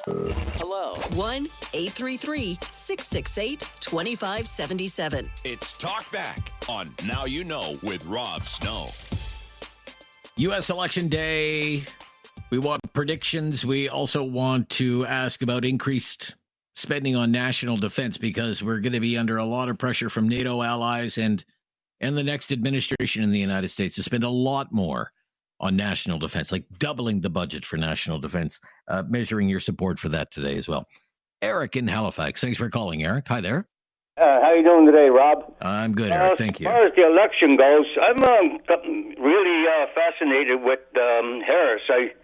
I watched her a couple of times on her speaking, and I think she'll do a lot better than what Hillary Clinton did when she faced off against Mr. Trump. So and it's up to the people. I mean, the people in the States are funny. I think when Hillary took on Trump, they weren't sure that they wanted a lady in there. Now I think that they, over the last 4 years, they've grown, okay, let's give this, this voice a shot. And what more harm can she do than what Trump did in the 4 years? And as far as money goes, spending it on our defense, in all the years that we've been around, we've always depended upon the states. I mean, if our big brother takes care of us, I think what we should do is build up our defense and never mind depending upon the states, back ourselves up. Like, don't go to anybody else. NATO, would say to us, okay, then Canada can carry its weight. Let's give them a shot. I mean, I know it's $80 million or $80 billion or whatever it is, but I think it would say a lot for Canada if they stand on their own 2 feet. Okay. Thank you for sharing your opinion, Eric, on Talkback today. From Eric to Al in Alberta. Thank you for calling, Al. Go ahead. How are you? I'm good. Thank you. As far as the 80 billion goes, the commitment was made, I believe, in a range of 75 years ago. And we have never lived up to the damn 2%. Now, the 2% wasn't in from day one, but the thing is, for anybody who doubts that we should spend that kind of money, go get a globe over at the stationery store and take a look at northern Canada, look at the northern Russia, and say, holy hell, we better get that 80 billion spent, and so we can at least patrol our north end. We've got Chinese planes flying all over Yukon and everything. We have no defense, and as far as counting on the states, hey, they do their part, but damn it, it's our territory. We got to look after it. And as far as 80 billion, they come up with that money anywhere at any time. So who cares, And yes, my grandkids are going to have to pay for it, but that's the way it's always been. And as far as the White House election, I hope that she gets it, but that's only because I did spend a few years in the States when I was transferred down there. And the thing is, Trump is if anybody even looked at his record with his court cases and the people he bankrupted, and he's just an awful, awful businessman. And he's not going to be any different in government. But anyway, thanks, Rob. We'll see you. Yeah, you're welcome, Al. Thank you. Very passionate opinions there. Trent, I'll bring you on right now, and if we run out of time, I'll bring you back if you want to come back on. But go ahead and share your opinion, and we'll get things rolling here.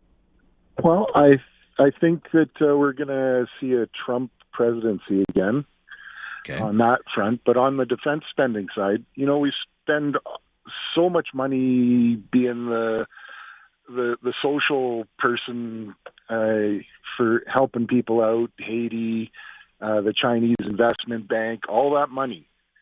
Yes. We could put it into our military, and then we could just make sure our military aid goes out. If somebody needs aid, it's military aid. And that's our budget right there. It doesn't have to be stolen from anywhere else. That's our contribution to the world to make the world a better place. Absolutely. Military aid.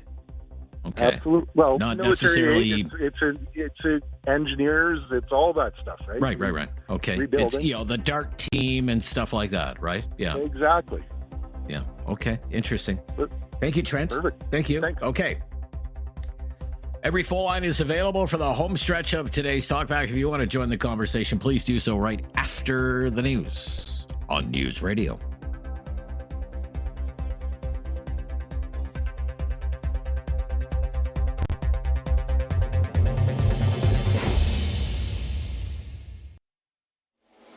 Have something on your mind you want everyone to know? Call now. Hello. 1-833-668-2577. It's Talk Back on Now You Know with Rob Snow. All right, we are in the home stretch of Talkback. Things have quieted down a bit. It's been very busy on the phone lines all day. I really appreciate all your insights, all your comments on this big U.S. election and defense spending, which has been a hot topic today too. So while we wait for some calls, our call in line 1-833-668-2577, 1-833-668-2577. Andrea's there. She'll screen your call. David. Yes. What is this whole Peanut the Squirrel business in the United States? Peanut the Squirrel. Peanut the Squirrel. Yeah. Yes, what is this story about? Well, it's become quite the controversy. It's become an election day story. And the headlines are true. A domesticated squirrel known as Peanut was in fact confiscated and euthanized by authorities in New York State last week. So according to USA Today, Peanut the Squirrel, who boasted 534,000 followers on Instagram, was taken from his home in Pine City, New York, by the New York Department of Environmental Conservation last Wednesday morning. Peanut was the beloved pet of content creator Mark Longo, and in more than 1,400 posts shared to Instagram over the years, Peanut can be seen munching on waffles and jumping through hula hoops and even greeting Longo at the door when he comes home from work. Wow. But the sad part of the story is this squirrel has unfortunately been euthanized. So a lot of people are wondering, why exactly did they do that? Why did they confiscate the squirrel? Well, in a word, rabies. Oh. Yeah. So this guy, this content creator, he also had a raccoon living with him in the house along with the squirrel. The raccoon's name was Fred. And Fred the raccoon. According to a health department statement, rabies has been found in raccoons in New York's southern tier, which includes Pine City, for more than 30 years now. So as one of the agents was confiscating Peanut the Squirrel last Wednesday morning, he was bitten by Peanut the Squirrel. So that bite, unfortunately, signed Peanut's death warrant. Because you can't test a live animal for rabies, you see. So he had to be euthanized for the sake of infection control in order to protocol. test for rabies. Yeah. Okay. All right. And in addition to that, in addition to the rabies, it's just generally illegal to take in small wild animals as pets in New York. It always has been. And authorities say they had gotten multiple complaints about, quote, the potentially unsafe housing of wildlife that could carry rabies, end quote. Hence the enforcement action. So they had a reason for it, rabies. You know, what the guy was doing was illegal. Even though it was a popular internet thing, it's illegal to keep a squirrel as a pet. Still, lots of angry people online think it was wrong for authorities to apprehend and execute Peanut the Squirrel and his counterpart, Fred the Raccoon. And among those outraged, apparently, is Republican presidential candidate Donald Trump. On Sunday in North Carolina, Trump's running mate, J.D. Vance, he brought up the sad story of Peanut the Squirrel at a political rally. So I know Don's fired up about Peanut the Squirrel. We were on the way down here from Cincinnati. He was like, is it really the case that the Democrats murdered the Elon Musk of squirrels? And I said, yeah, it sounds like, have you seen the videos of this squirrel? He's a genius, or he was, unfortunately. But the same government that doesn't care about hundreds of thousands of illegal immigrant criminals coming into our country doesn't want us to have pets. It's the craziest thing. So Democrats are squirrel murderers. This is an 11th hour attack on the Harris campaign. I didn't have that one on my bingo card. I don't know if it'll sway any votes today. but it has become a political issue. The sad story of Peanut the squirrel. Well, I mean, Peanut the squirrel. I mean, think about this. Like, in those swing states where the races are very close, and that squirrel had how many followers on social media? Over half a million. Over half a million. Half a million. You know, what if 25,000 of them are so mad they switch their vote? Yeah, it's a Democratic state. Maybe it swings a blue state into a red state. Crazy. What a crazy story. Thank you, David. I think what's driving Democrats crazy is how close this race is here on Election Day. And, you know, I've heard this from callers over the last few weeks as we've done more coverage of the U.S. presidential election. Some people wondering, why is the race so close? I've heard it from people. Why are people even considering voting for Donald Trump anymore? And I would say, I don't know. It's kind of baffling to me, too. Maybe that's just the current state of American politics, that there are just red states and blue states, and it's a divided country, and you have East Coast liberals and West Coast liberals and big city liberals, and a large part of the rest of the United States is just much more conservative and even much more religious. And maybe it wouldn't matter who the candidates were. The election would be this close anyway, between whoever the Republican nominee was, whoever the Democratic nominee was. Maybe this is just America now. It is just a sharply divided country, and it would be true whether Trump was in the race or not. When I hear Democrats speak on television, it's almost like they want to pull their hair out. There is so much frustration. There's so much even bewilderment that the race is this close today on Election Day. It's like they can't fathom that Donald Trump is not only competitive, but has a legitimate shot at winning back the White House. I'm Rob Snow.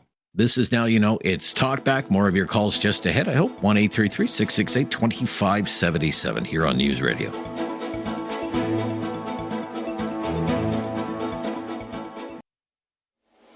Have something on your mind you want everyone to know? Call now. Hello. 1-833-668-2577. It's Talkback on Now You Know with Rob Snow. Election Day in the United States. Our time is winding down. Let's get to as many opinions as we can. Before the top of the hour, Ricky in Calgary. Ricky. Hi there, Ricky. Hi. Hi. Thanks for taking my call. Anytime. My vote would be with Kamala Harris. Okay. I just don't see the intelligence in Trump. The guy's a bully, and he's got a mentality. He's running around the country, and he's blaming everybody, and he's calling people names, and instead of laying out a platform for his candidacy, with Kamala, she's intelligent. She's someone who speaks, with educated mind, and as far as the military goes, I feel that we gotta definitely pull our weight. We can't be.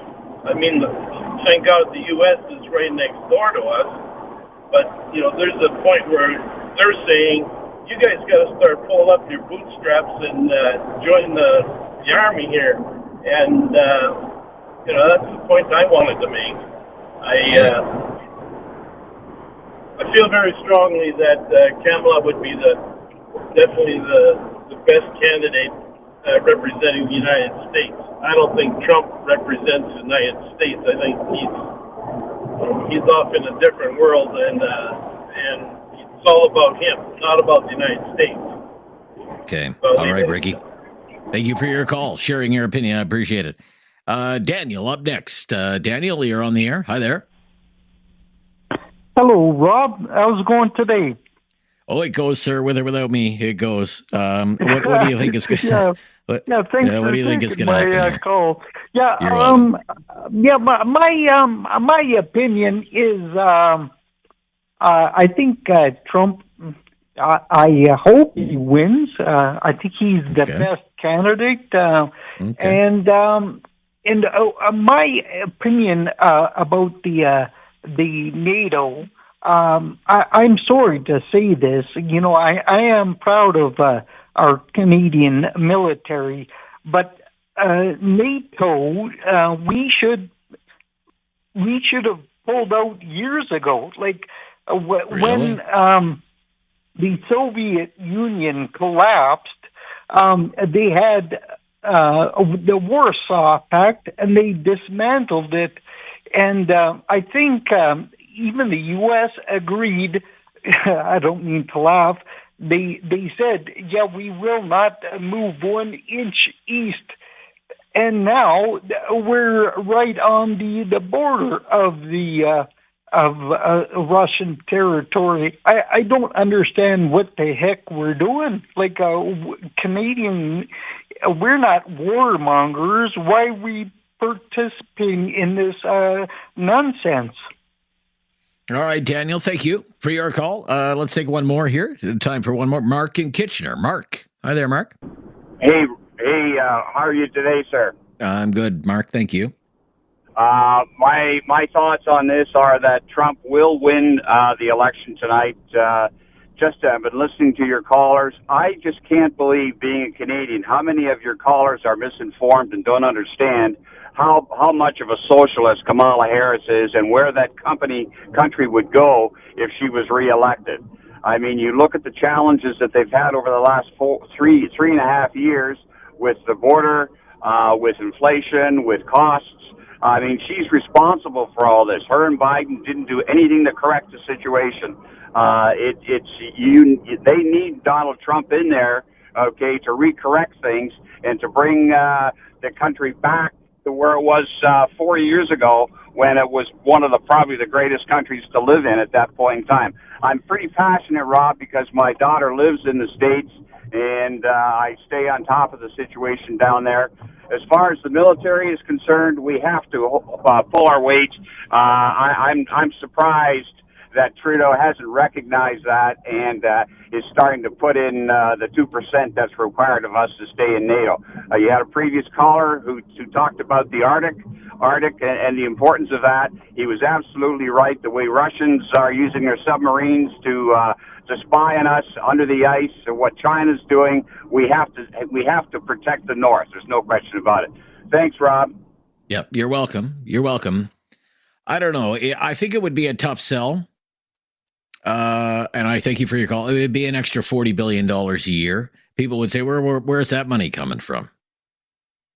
We're already running a budget deficit in excess of $40 billion. We got a $1.3 trillion national debt. Where do we get the money for this? And is that the priority right now?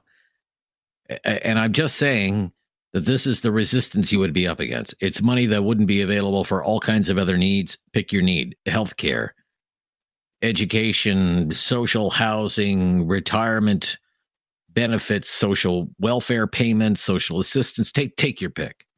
Take your pick. Okay? And then I would also ask you to think about all the news stories that we have read over the last number of years, decades even, about procurement for the armed forces and what a bottomless pit it ends up being. Okay? And that's not just a liberal thing. It's been a conservative, it's a government thing. Okay, you give the Department of National Defense an extra $40 billion a year. What are you going to get for that money? When the government goes out and buys stuff for the military, the track record is not good. Look at this Canadian surface combatant program to build the warships in Halifax. Original budget $26 billion. Now it's in excess of $60 billion.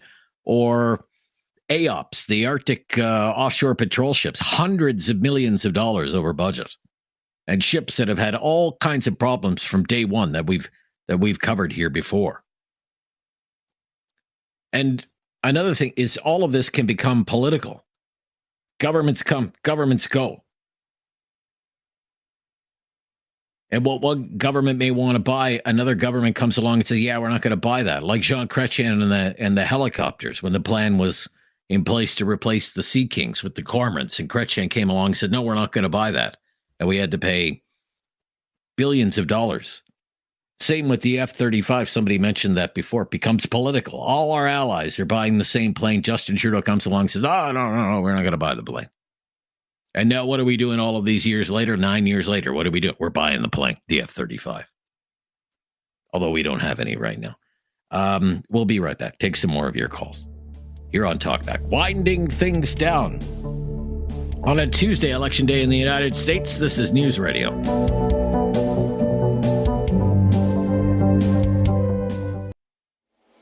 Have something on your mind you want everyone to know? Call now. Hello. 1-833-668-2577. It's Talkback on Now You Know with Rob Snow. To Doug in Kitchener on a Tuesday Talkback. Not just any Tuesday Talkback. It's Election Day in the United States. Doug. Hi there, Doug. Hey, how you doing, Rob? Thanks for I'm taking good, my Doug. call. You're welcome. Long-time listener, first-time caller. Appreciate it. 2 points. I think Donald Trump is going to win. As much as I can't stand the guy, I think he's going to be good for the country as part of a business point of view.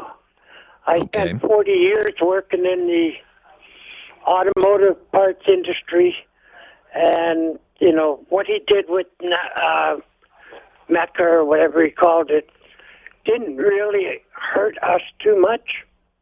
Was more directed towards the Mexicans, but I think he's going to win. I think he's going to do good for the country, but I cannot stand the guy at all.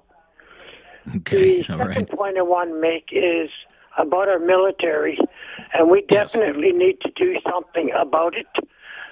This is a true story. I have a 21-year-old grandson in the Army, was recently deployed earlier this year into Europe, and sent a note to his mom that, you know, a lot of the soldiers that were going over had much better flap jackets than what the Army provided. So she put a notice on Facebook, and within 2 hours she had the $1,000 she needed to buy him a proper vest to go overseas with. Terrible. You know, we need to make sure that if we are sending these guys over, even if it's peacekeeping, that they have the best possible equipment we can get for them. All right. You're welcome, Doug. Thank you for raising those points, and this will be the last call of a very busy 2 hours today. Robert in Cambridge. Hi, Robert. How are you, Rob? You know what? Good. This presidency here coming up, very, very important for the States. People keep forgetting. We get up here in Canada, orange man bad, 24 hours a day. We get the same as basically CNN, MSNBC. Yes, he's brash. Yes, he has an ego. Yes, his ad-libbing sometimes gets him into trouble. But the fact is, Donald Trump has been the most effective conservative president in decades. That's why the media hates him. That's why they lie about him. And something else, they lie about basically anything to do with his family. So remember, this is a man that's been likened to Hitler. Hitler. What a disgrace that people actually, if you were Jewish or had any family that was at Auschwitz, you should be just turning around going, what? This is what they are going through in the U.S. We forget that up here. Why? We're also dumbed down. So after listening to your callers, I'm surprised. I find out that Canadians know as little about their politics as they know about the U.S. Okay, all right. Thank you, Robert. Well, I mean, I don't know. I mean, I guess if you're pro-Trump, the Trump's came out ahead. I was just keeping track who's going to win. Not that everybody likes that Trump is going to win. 12 people said Trump is going to win. 9 said Kamala. 2 said, I don't know. I don't know who's going to win. All right, I'll be back at 8 Eastern on News Radio all across the country with our big election show out of Toronto. Looking forward to that. The latest breaking news coming up next. This is News Radio.